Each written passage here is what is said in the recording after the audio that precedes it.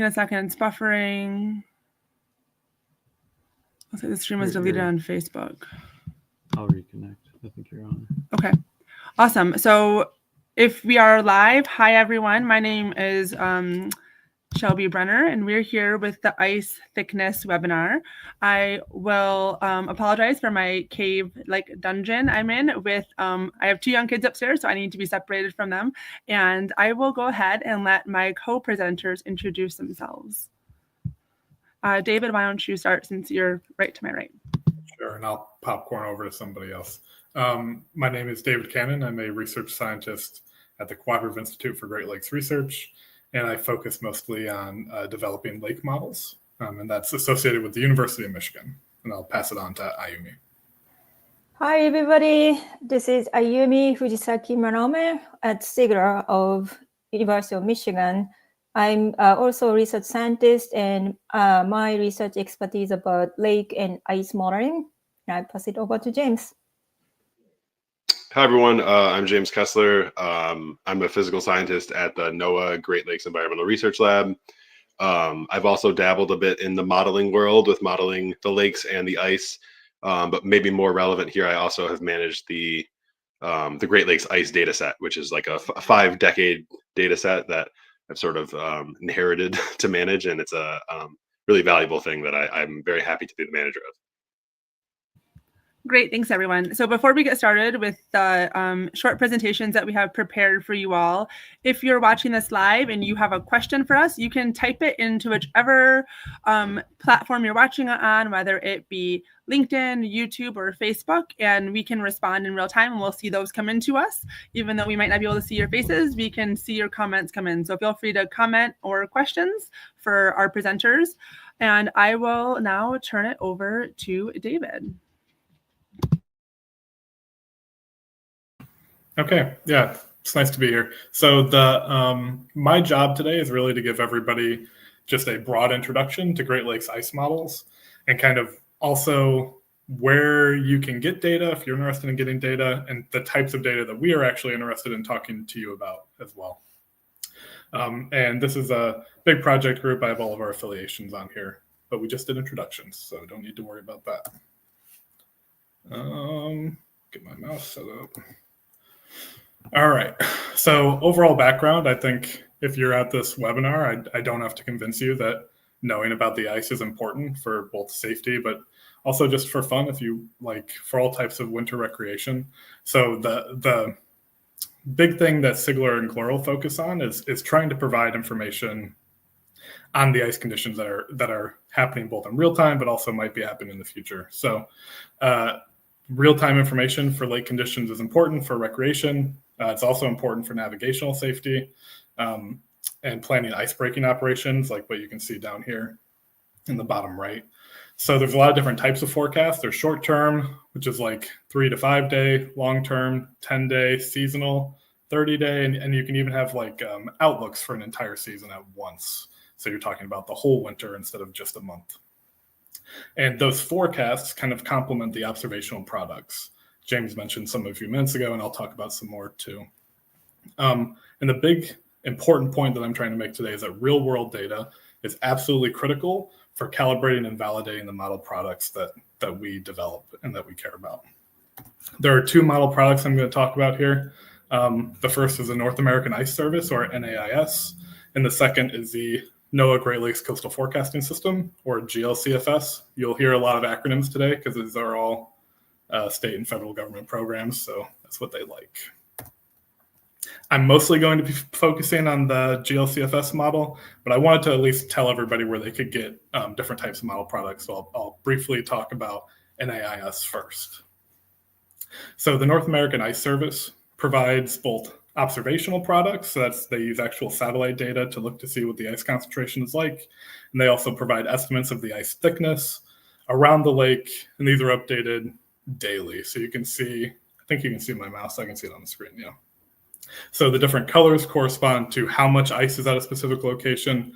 If it is red or gray, then that is saying that there is, close to 100% ice cover over that entire region. And then you can kind of read into some of the other data there. And I'm providing links at the top if you wanted to. You could also just Google North American ice service and get to these products. They also provide forecasts, 30-day forecasts, seasonal outlooks. So they do that at the beginning of the ice season, and then seasonal summaries at the end of the ice season. And I just wanted to show an example of what these seasonal outlooks look like. So for Saginaw Bay, for example, at the beginning of the season, they tell you, okay, February 1st through the 12th, they like outline dates and by weeks and like what they expect the ice cover to be at those specific locations. And you can grab this data at any point from the US Ice Center or the NAIS websites, and I'm providing the links here so that they're just available at some point. So what's really the focus of our talk today, though, is the NOAA ice forecast models. And specifically, I'm going to be talking about the Great Lakes Coastal Forecast System.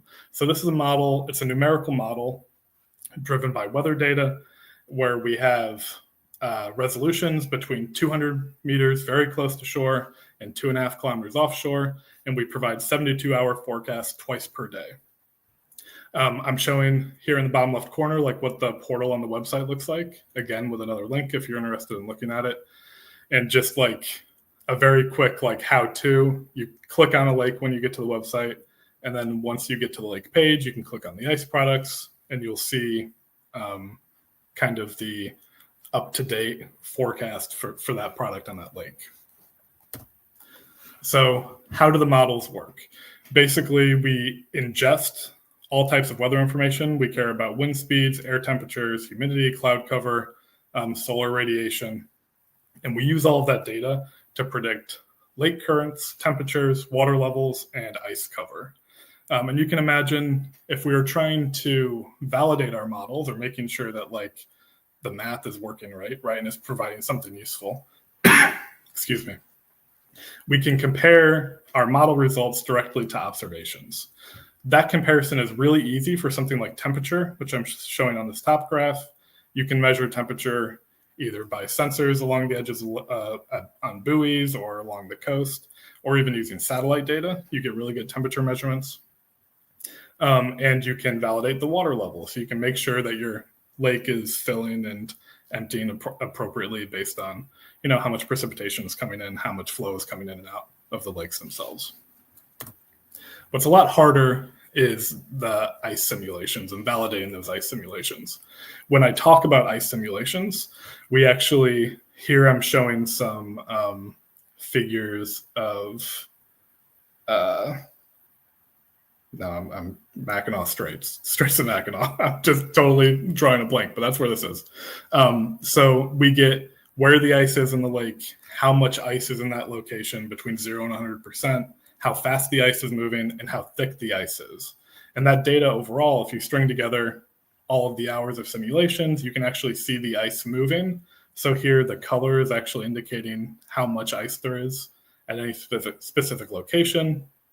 And the shading or the dots represent how thick the ice is. So you can see right in the middle of the straits here, we have 100% ice cover, and it is between 6 and 12 inches on this specific day on the lake. This was February of year 20XX, it looks like. I forgot to add the year on this actual figure, but I think you'll get the point. So when we go to verify that ice data, ice concentration is really easy. So you can get a satellite image of what the lake looks like. Here's a picture of Lake Erie. You can actually zoom in. These are super high resolution. You can figure out how much ice is at every location around the lake. And you can then compare that to how our model is performing. Here I'm showing model data in green and observed data in black. And you can see each one of these blocks is a different year for the ice season and how much of the entire lake is covered in ice. A lot of years look good, some years aren't as good. So those are like, that just indicates immediately, you know, our models need some work. So even though concentration is one thing that we can definitely validate and use as like a calibration metric, we still have almost no idea about ice thickness. So to validate ice thickness, as you can imagine, you need to actually have an observation of how thick the ice is at a specific location. You can no longer get this just with a picture, right? You have no idea how thick the ice is from what it looks like from a distance. So there's a bunch of different ways that people kind of guess at the ice, or like get estimates of how thick the ice is. The first one, which is what the North American Ice Service actually provides, is based on another model. So basically, they look at each piece of ice, they see how long it has been in the lake, and they estimate how much it has grown by the air temperature and the water temperature over the previous days that the ice has been there, essentially. The issue with this is that it's really not well validated or ground truth. Like, nobody's going out there to check what the model is saying. We also get some icebreaker data. So as people are driving boats and breaking up the ice, they actually take a guess at how thick it is from the ship. They're very good at it, but you only get information then along the shipping routes. And finally, we can actually deploy instruments in the water, but you basically get a single point, which tells you like how thick the ice is at that location. And it's really noisy, it's really expensive, and it's actually pretty hard to analyze. It's not clear how meaningful it is. So I think kind of the idea of this project is that there is a better option, right? People are going out on the lakes. People are actually drilling holes and seeing how thick the ice is every day during the winter, all around the lake. So that's the type of data that we're most interested in, because first, it's data we can trust, right? People are there on the ground actually collecting it.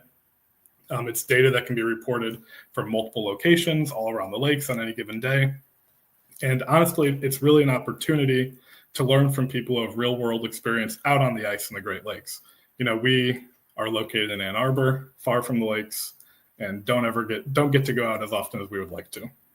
So this is really like a very meaningful, and I really think a more trustworthy source of data for us.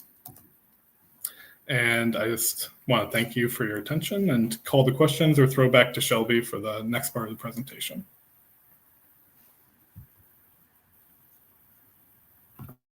Thanks, David. Yeah, so while I'm queuing up my slides, again, if you have questions or comments, you can write those into the comment section of whatever platform you're watching this from. And my slides will be really short, and then we are hoping to hear from those who are interested. So I'm going to share more about the project now and a little bit about GLOS. So I didn't introduce myself last time, but I am Shelby Brenner with the Great Lakes Observing System. I am the Science and Observations Manager, which means I get to lead cool science initiatives, work with great people, and help provide data from assets that are like buoys around the Great Lakes to the public by working with the people who deploy the buoys. So GLOS is a nonprofit that's based in Ann Arbor, and we're an organization that is really connected by partners and the people who use the information from these platforms that partners around the Great Lakes on both sides of the border deploy and want to share with the public. If you have heard of GLOS, it is probably through our data platform, which is called Seagull. In the summer months, it looks something like this, where any of the green locations have real-time information about water temperature, wind speeds, wave heights, etc. If it's available, we try to share it with you. And interestingly, my slides are stopped. That's all I have. All right, let me troubleshoot this really quick. But essentially what happens is in the winter, a lot of the assets go away because they're not equipped to handle ice, and we don't have a good way to measure ice thickness. Let me see if this is a better slide deck. Also, no. Interesting. Okay, one more second. Let me upload the next slide deck. Sorry, actually, I can just share my screen like David did. Getting to see real-time troubleshooting on the fly. So thanks everyone for your patience with this. So essentially, a lot of the platforms come out of the water, and as David alluded to, there's ice thickness information in another way. Last year, about this time, we were working on a presentation. All right, I am in. So let me go ahead and share my screen really quickly, and then we can go from there.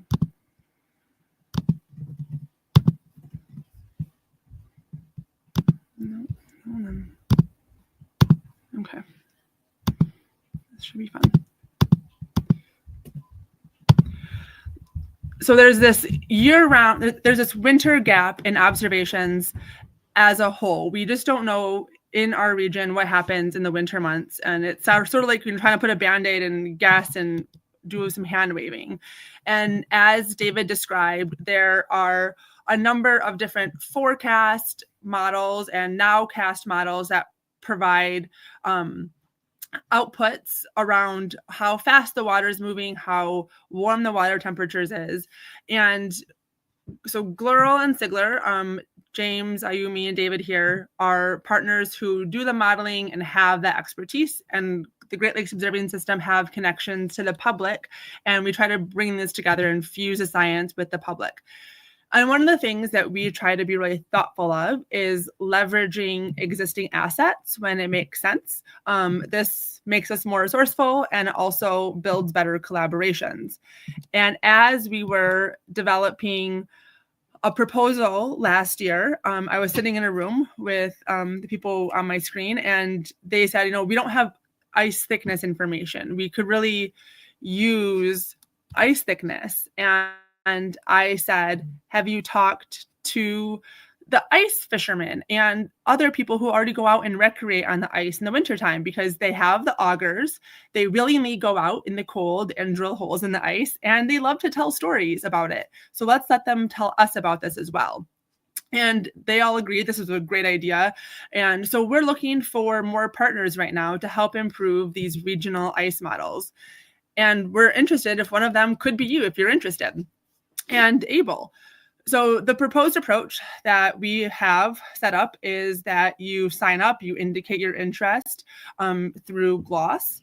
You go out and do, auger your ice and get ready to go fishing. And then you send us the data through a mobile form, or when you're back home in your computer and you go fishing as normal. And then we get the data and can share it with our partners. So we have a data sharing agreement that's available on the Gloss website that you can review. It basically says, I understand what I'm being asked to collect. This data was collected accurately. I'm going to be safe. And then we will ensure that none of your private information gets out and that it's going to be used how we say it's going to be used. We have a federal mandate to make sure data that's coming in has robustness to it. And this provides that robustness to it. As David said, it's a trusted source coming from the people who do this and have been doing it for years. And this lets us show that we acknowledge that. So if you go to the website and you look at this form and you say, yeah, this is no problem for me, I'm happy to participate, you can email me for a link to the data sharing form. You will have to create a free account on Seagull, and this will allow you to log into the data sharing form where you can drop your PIN, you can use the current location button if you wish, and also provide the ice thickness information. Tell us if the ice is connected to land and if there's any snow cover present and how much snow there is. So this is our first year of data collection and use. The form has been live for about 3 weeks at this point, and we are really hoping to see it used more. We're hoping that next winter we also have enough ice to be able to collect information, and we will continue to refine the form based on your input, and then we'll move forward from there. And hopefully this program can gain traction. It will help us have some set observations that we can archive and use, and improve the safety or validation of the ice models. So as I mentioned, these are the parameters that are desired. Location, date and time of when it was collected, if you're going to be giving it to us after the fact. The ice thickness. Also, if you have photos, if something is interesting happening with the ice, or you see there's really new ice on top and older ice on the bottom, and you want to send that photo to us, we're more than happy to have the photos for additional context. I think that everyone likes to see photos. It adds a lot of detail for us, and it helps folks like David, Ayumi, and James understand what is happening on the water actually. And then these other two things. And again, the last piece, that land fast ice, is if the ice is connected to land or not. And hopefully it is, and you're not drifting away from shore while you're trying to report data. And I should also mention that there's a stipend available if you meet criteria, which basically says you're not a federal employee and you're not a relative of someone at the Great Lakes Observing System. You can receive up to $100 this winter if you send us 3 data measurements plus an additional comment on the process and other feedback you have. We can send payments via Zelle or wire transfer. So this is the project that we're working on, and I hope that you have questions about it. I'm going to pull these back up after I'm done. I have one more slide after this, but these are some of the questions that we want to understand from the community that goes out and ice recreates, ice fishes. How do you currently measure ice thickness? We've heard it's, mostly ballpark, but do you measure it? How closely do you try to estimate it? Are there any concerns about sharing location? My dad is an avid hunter, and I know that you never ask a hunter for his hunting spot. Are there similar concerns about sharing location? I will note that point 5, we're not publicizing this data outward, but there is some conversation about could we share it outward to give safety information to those on the ice? But we also know there might be concerns about sharing the location of where you're fishing. Do you already submit the data? Where to, if you do? And would you be willing to send us photos with a ruler or other detailed photos of what you're doing out on the ice? So these are some questions I will bring back. But I also wanted to mention, if you've made it this far, you probably have some interest in ice-related projects. And I'd like to mention that there's a group of master's students who are starting a study to evaluate the societal impacts of declining Great Lakes ice cover, as well as winter conditions from a range of different topics. And Ayumi or I can share more. You can email me if you want to learn more about this project or talk to the students. They're going to be doing reach outs and try to talk to community members about how they use ice and how the changes in winters over time have sort of changed what that looks like for them in these different categories and more. So with that, I'm going to stop talking, and I don't know if there are any questions or not.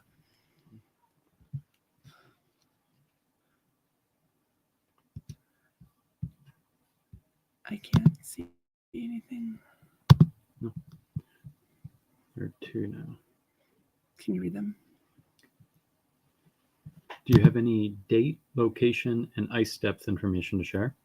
I'm interested in calibration of my models for ice thickness and would be happy to share the results with you.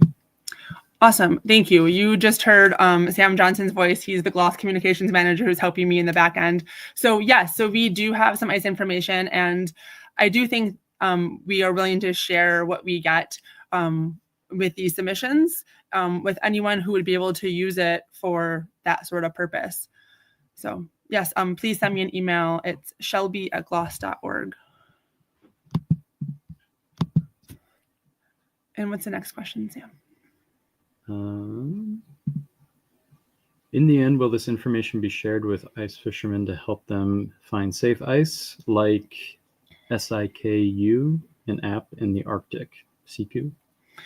So that's a good question. And we're trying to evaluate if this information would be shared out as sort of a layer on Seagull or a different application. I think we would like to do that. We think that having that real-time information would help those who are looking to go out, and this was sort of be a positive feedback tool. But knowing that there are some people who might not want to share their favorite fishing spot location, but maybe they want to share data. So we're looking to hear on which of those aspects maybe has more or less support. If there are no concerns about sharing location and people would like to see current reports from others, then yes, we will definitely explore that. So I should note, like in my timeline, we have 2 seasons of sort of this form submission process. We'll refine the form after this year, and then at the end of next winter, we're going to have a workshop where we invite some of the active submitters of data, as well as some of the end users of the data, to come together and design a better interface and tool if we think that this is gaining traction and will be something that we want to continue to do. And I, again, as David sort of mentioned, I can see this having value long term. And I guess, are there any other comments or concerns from the SIGLR or GLERL folks? I'm sorry, I can't see. See head shakes. Okay, great. All right, are there any other questions or comments yet? No. That's it. I'll just briefly comment on that. I think from our perspective, I think we're always about sharing data, making everything open access, and sharing as much as we can. It would just come down to the user's preference, like you're saying. Like if they don't want to share that information because it's their private fishing spot that they don't want other people to know about, I think it would come down to the user. But I think from our perspective, we'd be more than happy to share it. Great, thank you.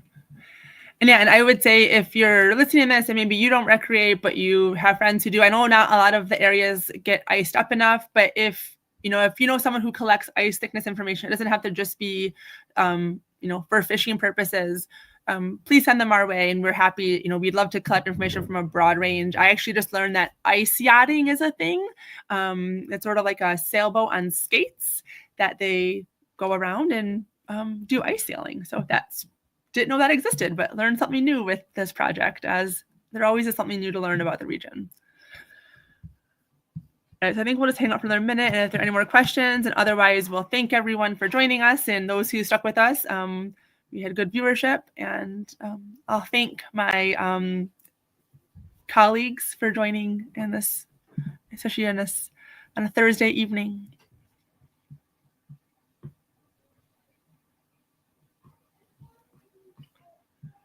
All right, well, once again, if you have any questions, comments, you can view information on our website, and you can email me, and I will be getting in touch with those who reach out. So thanks again, everyone. Have a good night.